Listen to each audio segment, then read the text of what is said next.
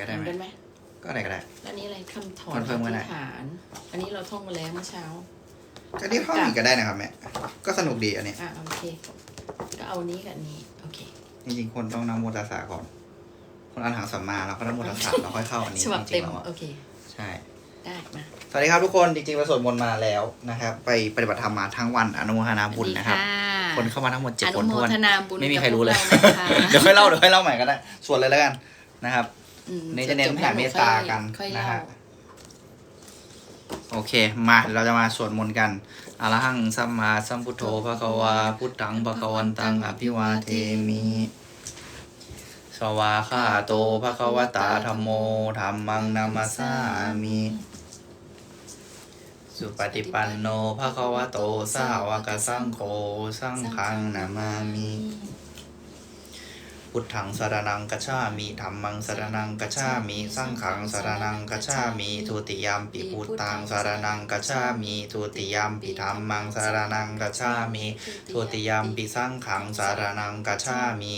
ปานาติปาตาเวตติยัมปิพุทธังสรณังกัจฉามิตติยัมปิธัมมังสรณังกัจฉามิตติยัมปิสังฆังสรณังกัจฉามิปานาติปาตาเวรมณีสิกขาปะทังสมาธิยามิอาทินนาทานาเวรมณีสิกขาปะทังสมาธิยามิกาเมสุมิชฌาจาราเวรมณีสิกขาปะทังสมาธิยามิมุสาวาทาเวรมณีสิกขาปะทังสมาธิยามิสุราเมรยมัชฌาปมาดทานาเวรมณีสิกขาปะทังสมาธิยามิ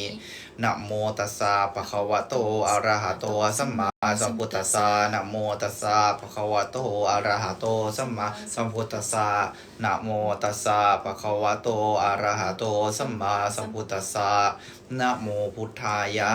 พระพุทธไตรรัตนญาณมานีโนภลัสสีสาหัสสะสุธรรมาพุทโธธัมโมสังโฆยะถาพุทโมนะพุทธบูชาธรรมบูชาสังฆบูชาอาคีทานังวะลังคันทังสีวาลีจมหาเทลังอหังวันทามิทุระโตอหังวันทามิทาตุโยอหังวันทามิสัพพโสพุทธธรรมสังฆปูเชมิสัมปจิจฉามินาสังสีโมพรหมาจมหาเทวาสาเพยาขาปารายัมติพรหมาจมหาเทวะอภิลาภาภวันตุเมมหาปุญโญมหาลาโภภวันตุเมมิเตภาหุหัตติพุทธมะอาอุนะโมพุทธายะวิรัตโยวิรโคทายังวิลาหิงสาวิลาทาสีวิลาทาสาวิลาอิทิโยพุทธัสสะมานีมามะพุทธัสสะสวาโหมสัมปจิจฉามิเพ่งเพ่งพาพาห้าห้าลืออิติปิโสวิเศษอิเศษพุทธนาเมอิเมนาพุทธตังโซอิโซตังพุทธปิติอิติสุกโตอรังพุทโธนโมพุทธายะปัทวีหงคาปปูมะเทวาขมามิหังอิติปิโสภะคะวาอะระหังสัมมาสัมพุทโธวิชชาจารณะสัมปันโนสุขโตโลกวิทูอนุตตโลปุริสธรรมสาลทิสัทธาเทวมนุษย์สานังพุทโธภะคะวาติสวาคาโตภะคะวตาธัมโมสันทิติโกอากาลิโกเอหิปัสสิโกโอปนัยโกปัจจตังเวทิตาโพวินยูหิติสุป ป ฏิ ฏิ ปั ปั น น โน โนภะคะวะโตสาวกสังโฆอุชุปฏิปันโนภะคะวะโตสาวกสังโฆญาญาปฏิปันโนภะคะวะโตสาวกสังโฆสามีจิปฏิปันโนภะคะวะโตสาวกสังโฆญาทิทางจัตตาริปุริสายุคานิอัตถปุริสภูคาลาเอสะภะคะวะโตสาวกสังโฆอาหุเนยโนปาหุเนยโยทักขิเนยโยอัญชลีกาลนิโยอนุตตลังปุญญเขตังโลกัสสาติอันนี้จะเป็น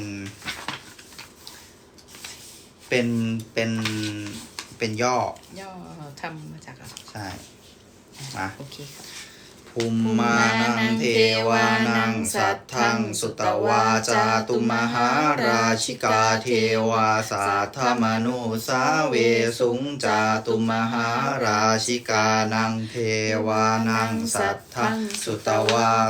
วติงสาเทวาสัทธมนุสาเวสุตาวติงสานังเทวานังสัทธังสุตวายามาเทวาสัทธมนุสาเวสุยามานังเทวานังสัทธังสุตวาตุสิตาเทวาสัทธมนุสาเวสุตุสิตานังเทวานังสัทธังสุตวานิมมานรติเทวาสัทธมนุสาเวสุนิมมานรตินังเทวานังสัทธังสุตวาปารณิมิตวสวัตติเทวาสัทธมนุสาเวสุงปารณิมิสวสวัตตินังเทวานังสัทธังสุตวาพลัมมปโลอิตาเทวาสัทธมนุสาเวสุพัมมปริสัชชานังเท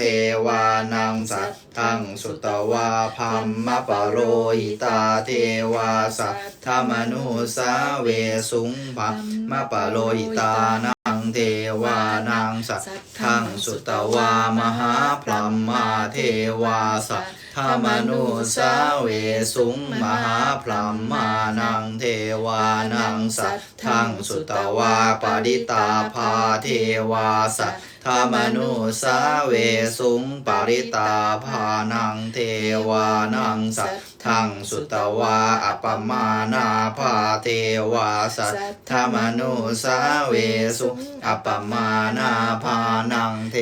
วานังสัทธังสุตวาอภัสสราเทวาสัทธมนุสาเวสุอภัสสรานังเทวานังสัทธังสุตวาปริตสุภาเทวา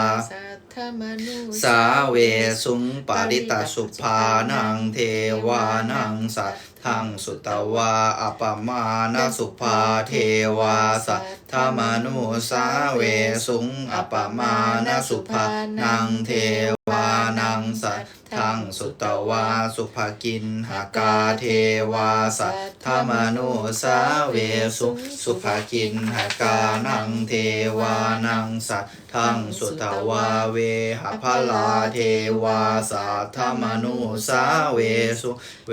หภลานังเทวานังสัทธังสุตวาอวิหาเทวาสัทธมนุสาเวสุงอวิหานังเทวานังสัทธังสุตวาอัตตปาเทวาสัทธมนุสาเวสุงอัตตปานังเทวานังสัทธังสุตวาสุทัสสาเทวาสัทธมนุสาเวสุงสุทัสสาเทวานังสัทธังสุตวาสุทัสสีเทวาสัทธมนุสาเวสุงสุทัสสีนังเทวานังสัทธังสุตวาอากาธิกาทากาเทวาสัทธมนุสาเวสุงเอตัมภควตาภารามนสิยาอิสิปตเนมิคทาเยอนุตารังธรรมจากังปวัตติตา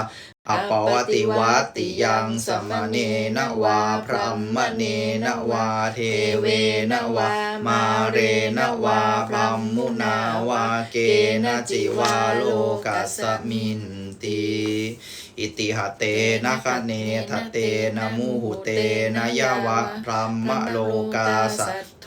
อะภุคัญฉิอภัยยัญจะทัสสะสหัสสีโลกธาสังกัมปิสัมปะกัมปิสัมปะเวทิอัมปะมาโนจะโอลาโลโอภาโสโลเกปาตุระโหสิอติกัมเมวะเทวนังเทวานังเวเทวานุภาวังอาหังโคภะคะวาอุทาโคอุทาเนสิ อุทาเนสิอัญญาสิวัตโกโกทัญโยอัญญาสิวัตโกโกทัญโยติอิติหิทังอายาสมโตโกทัญญาสอัญญาโกทัญโยเตวนามังอโหสิติ มุนินทาวัฒนังปูชาข้าพาสัมภวสุนทรีปานีนางสารนังวานีไมหังปินายตังมะมังอิมังมิจฉาอธิฐานังปัจจุทรามิทุติยามปิอิมังมิจฉาอธิฐานังปัจจุปทารามิตาติยามปิอิมังมิจฉาอธิฐานังปัจจุทารามิข้าพเจ้าขอถอนคำอธิษฐานถอนคำสาปถอนคำแช่งที่ข้าพเจ้าและผู้อื่นได้ตั้งขึ้นถึงพร้อมแล้วด้วยกิเลสด้วยตัณหาด้วยอุปาทานด้วยราคะด้วยโทสะด้วยโมหะด้วยมานะด้วยมิจฉาทิฏฐิเป็นไปเพื่อความพยาบาทเบียดเบียนสร้างเวรสร้างกรรมไม่ประกอบด้วยธรรมไม่ประกอบด้วยวินัยไม่ประกอบด้วยกุศลไม่ประกอบด้วยปัญญาไม่ประกอบด้วยบารมีที่ข้าพเจ้าและผู้อื่นได้อธิษฐานไว้สาปไว้แช่งไว้ในอดีตชาติก็ดีปัจจุบันชาติก็ดีระลึกได้ก็ดีระลึกมิได้ก็ดีทั้งหมดทั้งสิ้นข้าพเจ้าขออ้างเอาพระพุทธเจ้าพระธรรมเจ้าพระสงฆ์เจ้าแม่พระธรณีแม่พระเพิงแม่พระคงคาแม่พระพายและเทวดาทั้งหลายทั้งปวงมาเป็นพยานว่าข้าพเจ้าและผู้อื่นขอถอนคำอธิษฐานเหล่านั้นถอนคำสาปเหล่านั้นถอนคำแช่งเหล่านั้น100 หนพันหนหมื่นหนแสนหนโกฏหนณกาลบัดเดี๋ยวนี้ด้วยเถิดนะถอนโมถอนพุทธถอนทาถอนยะถอนนะคลอนโมคลอนพุทธคลอนทาคลอนยะคลอนถอนด้วยนะโมพุทธายะข้าพเจ้าขอยก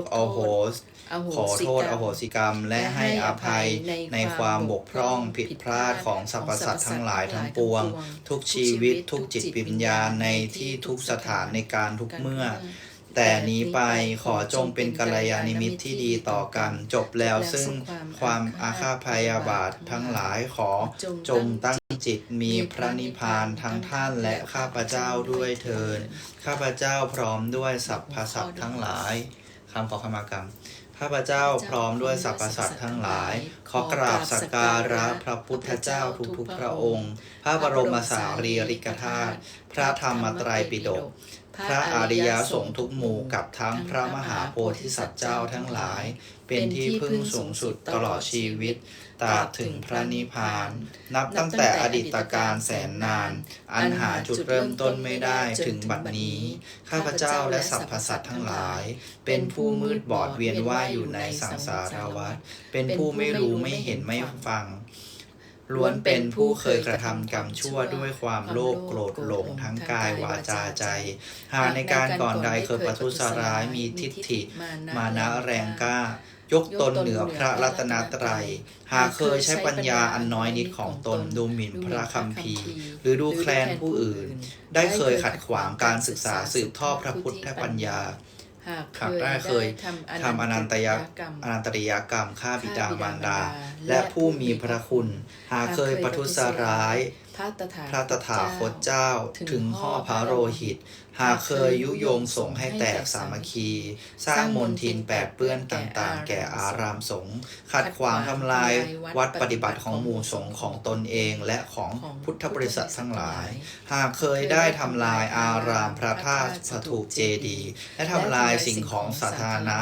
หากเคยได้เข็นฆ่าเบียดเบียนชีวิตของสรรพสัตว์น้อยใหญ่ทั้งปวงหากเคยลักขโมยทรัพย์ของผู้อื่นและปัจจัยสงฆ์หากตนเองเคยกล่าวคำเท็จหรือใช้ความอิจฉาริษยาใส่ร้ายป้ายสีผู้บริสุทธิ์หรือด่าทอให้ผู้อื่นเสียหาย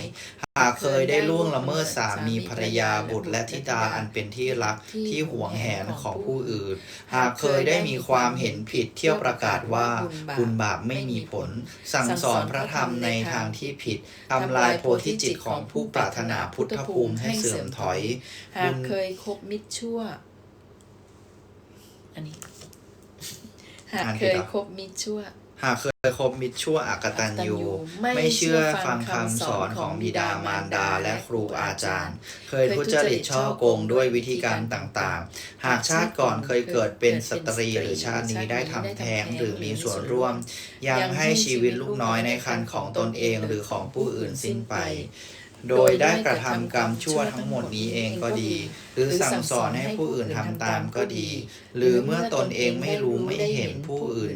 กระทำผิด และพลอยยินดีด้วยความผิดชั่วนั้นก็ดี วิบากกรรมเหล่านั้นมากมายมหาศาลยิ่งนัก ไม่อาจจะนับได้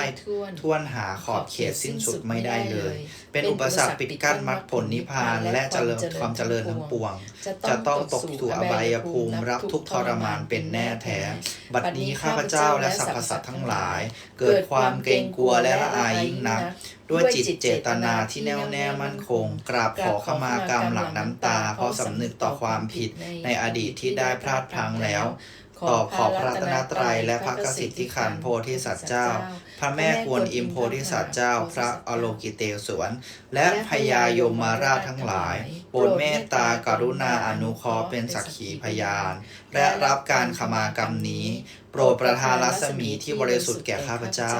และสรรพสัตว์ทั้งหลาย ขอเวรกรรมทั้งหลาย จงระงับทุเลาเบาบางจนหมดสิ้น ให้มีจิตและมีปัญญาผ่องแผ้วคลายเศร้าหมองพบแต่ความสุขความเจริญทั้งทางโลกและทางธรรม ต่อจากนี้ขอตั้งมั่นในพระรัตนตรัย และศรัทธาบุญบาปว่ามีจริง และให้ผลจริงไม่กล้าจะทำความชั่วทั้งปวงแม้เล็กน้อยอีกต่อไปเถิด อีทางปุญญพลังอานิสงส์อันใดที่ข้าพเจ้าทั้งหลายบำเพ็ญไปแล้วนี้ ขอผลบุญนี้จงแผ่ไปถึงเจ้ากรรมนายเวรทั้งหลาย ที่ข้าพเจ้าได้เคยล่วงเกินมาแล้ว แต่ชาติก่อนก็ดี ชาตินี้ก็ดี ขอให้เจ้ากรรมนายเวรทั้งหลาย ได้อนุโมทนาบุญ เมื่ออนุโมทนาบุญแล้ว ขอให้อโหสิกรรมกันตั้งแต่บัดนี้เวลานี้เป็นต้นไป ขอแผ่บุญกุศลนี้ให้ถึงเทพเจ้าทั้งหลาย ที่รักษาตัวข้าพเจ้าอยู่ก็ดี นอกจากนี้ก็ดี ทั่วสากลพิภพจงมีความสุขโดยเฉพาะอย่างยิ่งเทพพรหมทั้งหลายพูดผีปีศาจทั้งหลายที่อยู่ในที่นี่ก็ดี อยู่บ้านของข้าพเจ้าก็ดี ขอให้ทุกท่านจงมีความสุขและขอแผ่บุญกุศลนี้ไปถึงสรรพสัตว์ทั้งหลาย มีบิดามารดาครูประชาอาจารย์ญาติพี่น้องมิตรสหาย และผู้มีพระคุณของข้าพเจ้าทั้งหลาย ที่เสวยความสุขอยู่ก็ดีเสวยความทุกข์อยู่ก็ดี ขอให้ทุกท่านจงมีความสุขโดยเฉพาะอย่างยิ่ง พระสยามเทวาเทราชทุกท่าน ขอให้ทุกท่านจงมีความสุข ขอภารานิสงส์นี้จงเป็นปัจจัยสำคัญ เปิดทางสว่างให้ข้าพเจ้าทั้งหลาย จงมีดวงชะตาชีวิตที่ดี มีสุขภาพแข็งแรง ปลอดโรคปลอดภัย ไม่เจ็บไม่ไข้ไม่ป่วย ไม่เป็นโรคอะไรทั้งนั้น มีอายุขัยยั่งยืนนาน มีดวงตาเห็นธรรม ได้สร้างบุญสร้างบารมีคู่พระพุทธศาสนา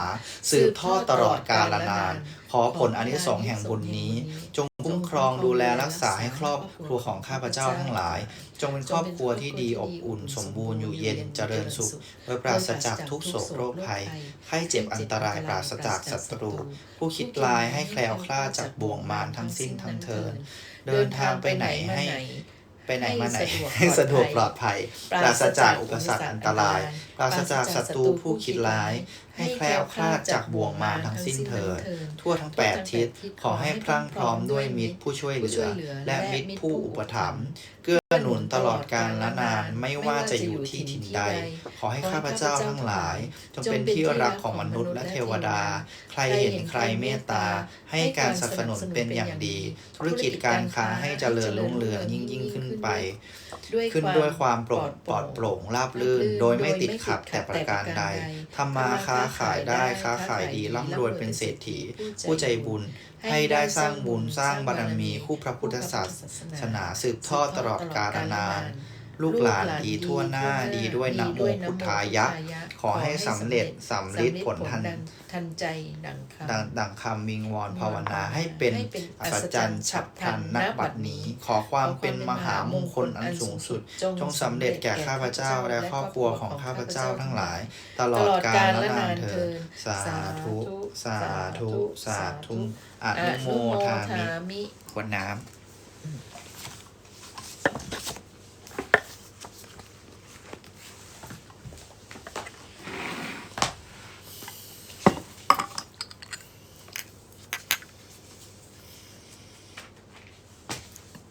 ยะถาวริวหาปุราปริปุเรนติสาขลังเอวเมวะอิโตทินังเปตานังอุปกัปปติอิชิตังปฏิตังตุมหังคิปะเมวะสมิชตุสัพเพปุเรตุสังกปปาจันโทปนนาโสยะธามเดโชเตระโสยะธาสพพิเรโยวัญชันตุสัพพะโรโหวินาศตุมาเตภวันตารายโยสุขีทีคายุโกภวะอภิวันชนสีริสนิจังวุธาปจายโนจัตตารโรธรรมาวัฏันติอายุวันโนสุขังพลังอีทางเมียมาตาปิเตนังโหตุสิกิตาโหตุมาตาปิเตอร์โดยทางเมียตินังโหตุสิกิตาโหตุยาตโยทางเมียครุปชังเสียทางโหตุเครื่องจริยาทางเมียสัพเพเทวตานังโหตุสิกิตาโหตุสัพเพเทวายทางเมียสัพพะเวรีนังโหตุสิกิตาโหตุสัพเพเวรีอีทางเมียสัพพะสัตตานังโหตุสิกิตาโหตุสัพเพสัตตาสัพเพพุทธาสัพเพธรรมาสัพเพสังฆาพระปัตตาปเจกานันจะยังพลังอรหันตานันจัตเตเชนะอรคันบันทามิสัพพะโสอนุโมทนาสาธุครับวันนี้ไปปฏิบัติธรรมกับคุณแม่มานะครับนี่ที่ไปปฏิบัติธรรมมานะครับแล้วก็วันนี้ก็เลยมาสวดมนต์อีกนิดหน่อยแล้วก็ให้ทุกคนร่วมอนุโมทนาบุญกันนะครับเผื่อว่าหลายๆคนอยากจะมาร่วมสร้างบุญกันนะครับคนดูทั้ง240คนเนี่ยนะครับวันนี้คนเยอะมากเมื่อวานก็คนเยอะคนดูทั้ง270ใช่ เป็นกุศโลบายนะเขาบอกกันว่าแบบเหมือนสวดมนต์ใช่ไหมผมสวดมนต์ใช่ไหมกรวดน้ำใช่ไหมเขาว่ากันว่าเหมือนทุกคนเปิดไลฟ์ผมอย่างเงี้ยก็เปรียบเสมือนว่าผมสวดอยู่กับคนที่บ้านด้วยเทวดาที่บ้านก็จะได้ฟังด้วยเขาว่ากันว่าก็จะเป็นมงคลนะฮะเหมือนกับทุกคนสวดกับผมด้วยฟิลนั้นนะจ๊ะก็ประมาณนี้ครับทุกคนวันนี้ถ้าเป็นคนดูเยอะจังเลย238คนวันขายทุเรียนไม่มีใครเข้ามาดูเลย มีผู้เล่นมีคนเข้ามาดูประมาณ170-180ใช่ไหมครับอยากสวดด้วยได้ครับผมก็จะมีบทแปลกๆมาใหม่อันนี้ได้บทแปลกๆมาใหม่ก็เลยเอามาสวดนะครับชอบไหมทุกคนชอบไหมฮะน้องเซนต้องเล่าด้วยว่าอันนี้ส่งของการสวดมนต์ได้อะไรบ้างอุ้ยแต่ละบทไม่เหมือนกันนะครับแต่ว่าจริงๆแล้วอะหลายๆคนอะจะชอบถามกันว่าสมมติว่าสวดมนต์ใช่ไหมครับสวดมนต์จะมีสมมตินั่งสมาธิเราควรทำอะไรเดียวกันถ้ามีเวลาสั้นเรานั่งสมาธิดีกว่าแต่ว่าเวลาสวดมนต์เพราะการนั่งสมาธิเนี่ยสินบอกอยู่แล้วว่าอิมานิปัญจสีขาปทานิสมาธิยามิแปลว่าอะไร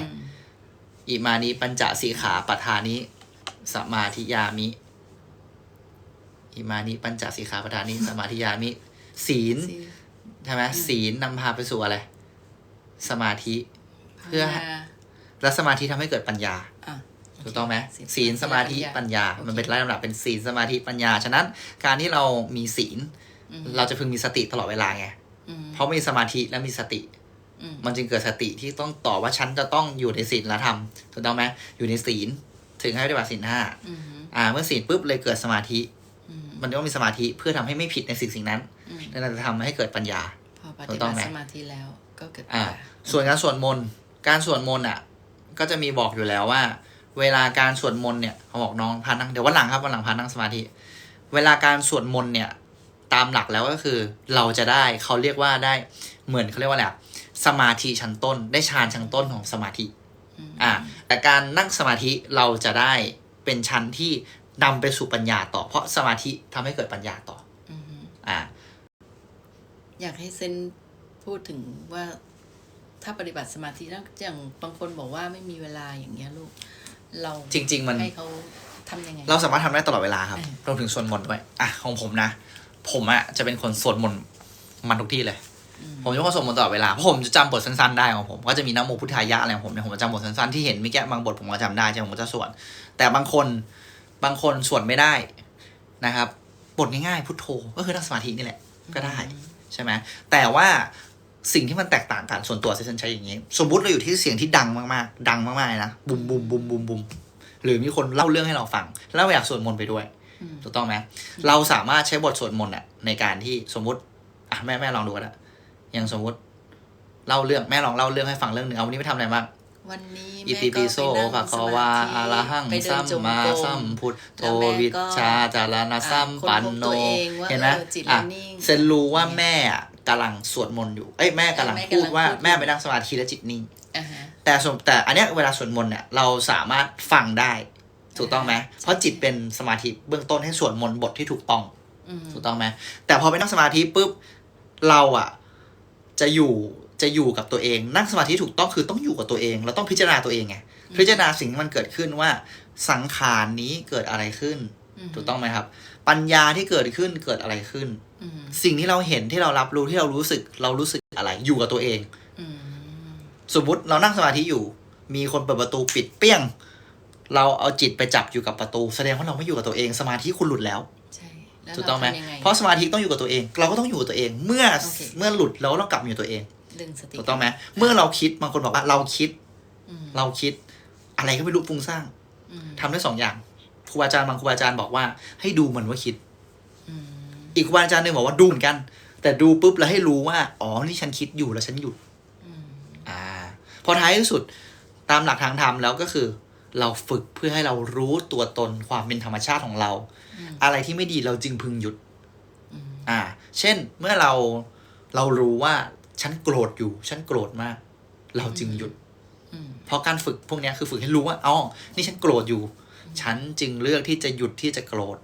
อืม ซึ่งแต่คนจะมีแต่ละวิธีที่ทำให้รู้ตัวตนบางคนก็ใช้บทสวดมนต์บางคนก็ใช้แล้วแต่อะไรเงี้ยครับแม่ประมาณนั้นประมาณนี้ครับทุกคน ใช่ อุ้ยทำไม วันนี้ คุยธรรมะแล้วคนดูเยอะ จังล เมื่อกี้ลงไป130แล้วกลับมา100เนี่ยจาก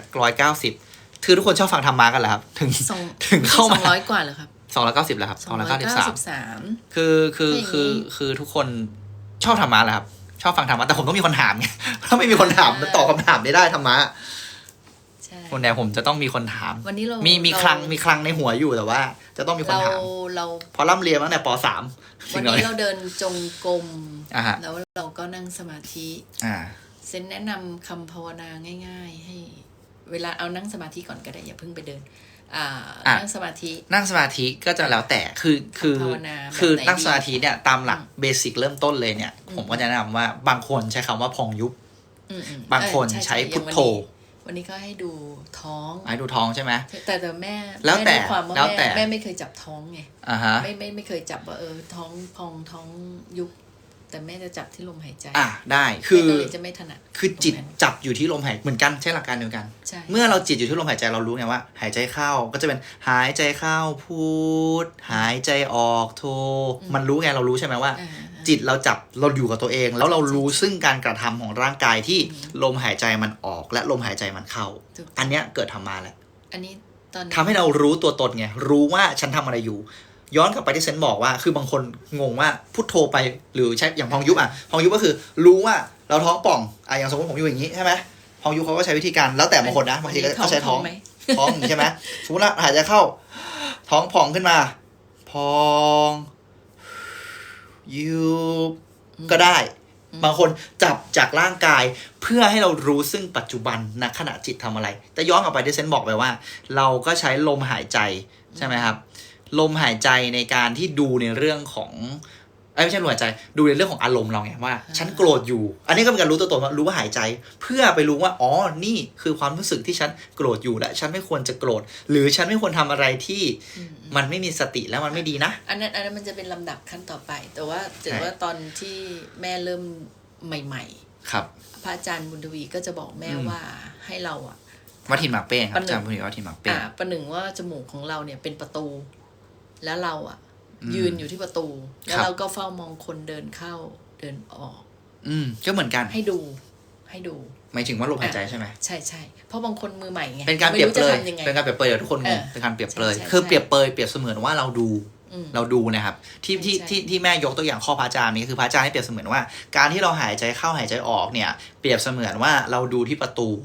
ว่ามีคนเข้าคนออก พอเราดูคนเข้าคนออกคนเดินเข้าคนออกเรารู้ไงว่าคนเข้าคนออกใช่ไหมครับ ใช่ แต่ในขณะเดียวกันคนที่หายใจเนี่ยเขาก็จะรู้ซึ่งลมหายใจที่เข้าออกเช่นเดียวกับการที่เราเฝ้ามองคนเดินเข้าออกในประตูนั้น เสร็จแล้วพอเรา ประมาณนั้น กำลังดูคนอยู่ที่ประตู อยู่ดีๆ ก็มีลิงตัวหนึ่งมันก็วิ่งมาแล้ว มันก็ทำให้เราอะจิตแกว่งไปจับลิง จิตแกว่งไปจับลิงคำว่า ก็คือ จิตแกว่งไปจับลิงคืออะไรคือเราเอาจิตเราไปคิดถึงอย่างอื่นไง ถูก อย่างหลายๆคน ถูกต้อง เราคิดที่ตอนเนี้ยฉันนั่งสมาธิอยู่ใช่ไหม ฉะนั้นปัจจุบันขณะจิตณปัจจุบันนั้นที่ฉันทำอะไร นั่งอยู่ นั่งสมาธิ ดูลมหายใจ ดูปัจจุบันดูร่างกาย แต่ แต่ในขณะเดียวกัน มันจะชอบมี ในหัวกลับไปคิดว่าพรุ่ง เมื่ นี้ อเช้าทำอะไร พรุ่งนี้กิน จ ข้าวอะไรนะ เออ ไอ้สิ่งนั้นมันทำอะไรผิดไปนะ เออ เราทำได้ดูมันและวางลงก็คือเลิกคิดมัน อ่า โอ้เดี๋ยวมันมีเรื่องอีกมี เรา ติด ต้องกลับมาที่ประตูใหม่ มี ถูก นิ ต้อง วรณ์มีนู่นมีข้อจริงๆทั้งหมดอยู่ในบทสวดมนต์ครับทุกคน ถูกต้อง บทสวดมนต์หลายๆคนชอบบอกว่าฉันสวดไปเพื่ออะไร เราได้เรียนรู้ว่าบทสวดมนต์เนี่ยมีคำแปล ถูกต้องไหมครับ จริงๆค่ะ ซึ่งคำแปลนั้นก็จะบ่งบอกถึงว่า เราได้ธรรมะอะไรจากคำแปลนั้น ที่เราไม่ใช่เอาแต่แบบนกแก้วนกขุนทองสวด ใช่ใช่ ถูกต้องไหมเหมือนที่เซนบอกเมื่อ ส กี้ มัยก่อนแม่ เอาแค่ศีลห้าเนี่ยเราฟังตลอดเลย ใช่ใช่ เราฟังตลอดเลยว่าปานาติปาตาเสร็จปุ๊บก็จบอิมานิปัญจสิกขาปดานิสัมมาทิฏฐิมีได้เซนพูดแบบนี้แค่ ใช่ไหม ใช่ ศีลนำพาไปสู่สมาธิและปัญญา อืม ท้ายที่สุดเมื่อคุณเข้าใจปุ๊บรู้เลยอ๋อฉันเข้าใจแล้วว่าอ๋อฉันต้องนั่งสมาธิแล้วฉันจะเกิดปัญญา แต่ศีลเป็นพื้นฐานที่ทำให้ฉันมีสมาธิการฝึกสมาธิเบื้องต้นคือการที่ฉันมีศีล อืม ถูกต้องไหม ใช่ค่ะ ประมาณนั้น ใช่ ครับ แต่ ไม่ได้อ่านคอมเมนต์เลยครับ มีใครถามอะไรไหมครับ สวัสดีครับทุกคนนะครับเซนสุภพงศ์นะครับเมื่อกี้เห็นเหมือนมีใครพูดถึงนิลานะครับนิลาใช่ครับเป็นนิลาเล่นนิลามาก่อนนะครับแต่เป็นชนันทวัฒน์เนาะ ธนันทวัฒน์ นะครับ ใช่ ชอบ ใบไม้ น้องเล่า ที่ติดปีก เล่าธรรมะเลยครับผมไม่ค่อยคุยธรรมะจริงจังอะไรส่วนใหญ่ธรรมะจริงจังจะคุยกับเพื่อนและแม่อะไรอย่างเงี้ยครับ ใช่ คุยกับแบบ ค่ะ คนที่ประทับด้วยกัน ใช่เพราะ แต่ว่า บงทีเราต้องมานั่ง เราเป็น คุยกันว่า ใช่ครับ ทำไมมาอะไรอย่างเงี้ย ผมเป็นคลังที่เราสะสมมาตั้งแต่ประมาณป .3 ครับคิดถึงบังเอิญรักอ๋อครับผมดูผมจะบังเอิญรักใช่ไหมคิดถึงน้องจังคิดถึงเหมือนกันครับสวัสดีครับสวัสดีครับคิดถึงน้องจังนะน้องจ้ะอ๋อคิดถึงเหมือนกันครับสวัสดีครับพี่เซน คนจะไม่ค่อย สวัสดี รู้ จ้ะ ว่าเซนปฏิบัติธรรมมาตั้งแต่ ใช่ เด็ก ผมจะปฏิบัติ ใช่ ผมจะแบบไปอยู่วัดเลยอะครับจริงจังเลยตั้งแต่ประมาณป .3 ยาวมา ก็ถือศีล เรื่อยๆ แปด อะไรเงี้ยครับผมจะทุกวันอาทิตย์ผมจะต้องมาอยู่วัด ใช่ อะไรเงี้ยไปช่วยปฏิบัติธรรมนั่งสมาธิสวดมนต์นะครับ อันนี้เขาจะเป็นสายวัดมาแล้วเสร็จแล้วก็ไปบวชที่วัด ใช่ แต่หนั เป็น หนังอะไรนะ หนังเปียโนไหมที่พี่เล่น ซิง หมายถึงซิงเกนหรือเปล่าครับ Sing Again นางเอกชื่อเปียโนหรือเปล่าในเรื่องนางเอกชื่อเปียโนนะรู้จักพี่เซนเพราะบังเอิญล้างขอบคุณครับ Don't forget take your heart โอเค อยู่เฮล thank you สุขภาพ you help อย่าลืมดูแลสุขภาพ thank you so much ใช่ค่ะ พี่ซอนเองถูกต้องค่ะ อืม เซียนเจ้านี่อ่านออกด้วย hello เซนสวัสดีครับ อ๋อ โอ้คนชอบให้คุย สวัสดีครับ idol คน อะไร เย นะ อะแยะเลย fan meeting next อ๋อ thank you so much ฮัลโหลเซน hello เซนน่ารักเหมือนเดิมขอบคุณมากครับ โอ้อ่านไม่ทันนะทุกคนอ่านไม่ทัน ตอนนี้ I love you ทุก I คน love you thank you ทุกคน สวัสดี เข้า ครับ มาคุยกันใหญ่เลย สวัสดีครับสวัสดีครับโยโย่สวัสดีครับสวัสดีครับอุ้ยขอติดตะกร้าด้วยนะแม่ทุกคนเข้ามาคุย ขอติดตะกร้านิดนึงแต่เซนคนพบว่าเมื่อติดตะกร้าแล้วว่าคนดูจะหายไป ใช่เหรอ ใช่เดี๋ยวลองดูอันนี้คนดู300 คนนะ อ่า เดี๋ยวคอลองติดตะกร้าดูเนี่ย อาจจะต้อง เนี่ยคอดู314 คนเดี๋ยวลองดูติดตะกร้าแล้วจะเป็นยังไงนะครับ สวัสดีครับทุกคน อินโดนีเซียเหรอครับสแลมดาลีใช่ไหมครับอ่านออกไหมใช่ไหมผมว่าถูกไหมสวัสดีครับสวัสดีครับนี่อุ้ยคนดูเพิ่มเหรอทำไมวันนี้คนดูเยอะจังเลย ใช่ใช่ นะครับ วันนี้วันอาทิตย์หรือเปล่าครับ สวัสดีครับวันนี้วันอาทิตย์ How are you อนุโม โอ ทนา ลา บุญ เซน ด้วย ฟอร์ม กันนะคะ อาร์เจนตินาสวัสดีครับอาร์เจนตินาเย่นะครับ ไม่ค่อยได้ไปหาเลยช่วงนี้งานยุ่งมาก ว่างมาได้ครับ วันเกิดนะครับ วันที่5นะครับ เดี๋ยวพรุ่งนี้นะครับ อาจจะเปิดขายบัตรเพิ่มกัน50ที่นะครับ ใครสนใจมาแฟนมีตวันเกิดมาเจอกันนะครับ ผมเป็นแฟนซายนะครับ คุณธรรมะไงชอบใช่ไหมครับ ชอบคุณธรรมะ วันนี้เอา ซื้อทุเรียนทอดเป็นกำลังใจให้ได้นะครับ วันนี้เอาหัวข้อของ คิดถึงบังเอิญแล้ว คำว่า ครับ เมตตาก่อน เมต มี ตา ใคร ทำไมค รู้ รับ บ้างว่าเมตตาแปลว่าอะไรอะไรนะครับ เมตตาแปลว่าอะไร เมตตแปลว่าอะไร เราจะคุยธรรมะกันต่ออีกเหรอ ก็ให้ดู ตอน ทุก นี้ คนชอบ ผมยังดูพรชีวันอยู่เลยครับ ชอบพี่เซนตอนเล่นเป็นคุณภูมิของคุณมากครับ วันนี้ เมตตาจริงๆสำหรับเซนก็คือความรักแหละ ถูกต้อง มันคือความรัก เป็นหมายของ คำว่าเมตตาจริงความรัก โดยตงใช่ คุณกำลังทำอะไร ส่วนมนต์เสร็จอะไรครับ เมตตาแปลว่าอะไร เมตตาแปลว่าแท้ของความรักครับ ลองคิดดูสิว่าคำว่าเมตตาเนี่ยจริงๆอ่ะก็คือการเป็นผู้ให้แหละ เมื่อเราเมตตาใคร เสื้อย่ออะไรครับนี่ฮะเนี่ยครับ มันเมื่อพูดถึงความเมตตา มันคือไม่ใช่ครับ พูดเราไม่พูดชื่อแบรนด์เราไม่พูดชื่อแบรนด์นะครับ เดี๋ยวโดนบล็อก เดี๋ยวเซนโดนบล็อก ไอ้เลิฟติ๊กต็อก อะไรที่ต่อจริงๆคำว่าเมตตาเองอ่ะมันเป็นส่วนตัวที่เซนใช้ว่าความรัก เพราะว่าในความรักเองในความเมตตาคือ เมื่อเราเมตตาเราถึงพร้อมที่จะให้อะไรบางอย่างจากทุกๆคนไปใช้สรรพสัตว์เขาจะดูเป็นภาษาพระไปแม่ก็คือทุกคนแหละอะไรเงี้ยเขาสรรพสัตว์คือทุกคนนี่แหละครับก็คือมวลมหาประชาชน อะไรเงี้ยมวลมนุษย์ ประมาณนั้นนะครับผมเพราะว่าความเมตตาเมื่อมันเกิดขึ้นถูกต้องไหมครับเมื่อเรารักใครเหมือนกันนะเมื่อเรารักใครสมมุติคุณรักคน1 คนใช่ไหมนะครับ เราก็อยากให้สิ่งที่ดีไป พออย่าลืมวางของไม่มีของในมือเรานี่เลย เราก็อยากให้สิ่งที่ดีที่สุดกับเขามันคือความรักนั่นแหละที่เรามอบให้ใช่ไหมครับเวลาใครเราก็อยากให้สิ่งนั้นมันคือความเมตตาเหมือนกัน